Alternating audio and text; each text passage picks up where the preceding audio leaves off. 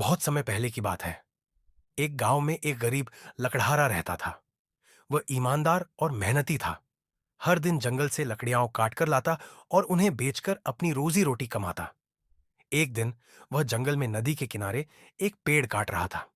अचानक उसकी कुल्हाड़ी हाथ से छूटकर नदी में गिर गई।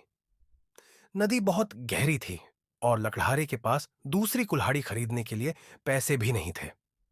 वह बहुत दुखी हो गया और बैठकर भगवान से प्रार्थना करने लगा। उसी समय नदी से एक देवता प्रकट हुए।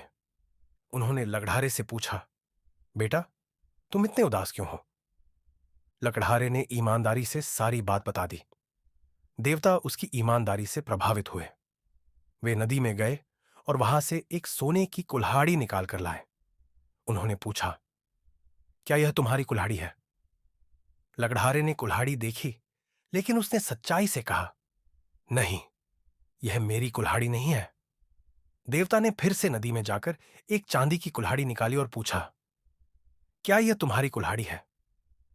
लकड़हारे ने फिर ईमानदारी से कहा, नहीं, यह भी मेरी कुल्हाड़ी नहीं है।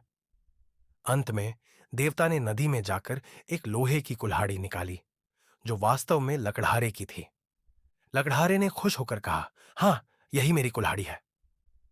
लकड़हारे की ईमानदारी से प्रसन्न होकर देवता ने उसे इनाम में तीनों कुल्हाड़ियां दे दी, सोने की, चांदी की और लोहे की। लकड़हारा बहुत खुश हुआ और देवता को धन्यवाद देकर अपने घर चला गया। उसकी ईमानदारी के कारण उसका जीवन सुखी हो गया।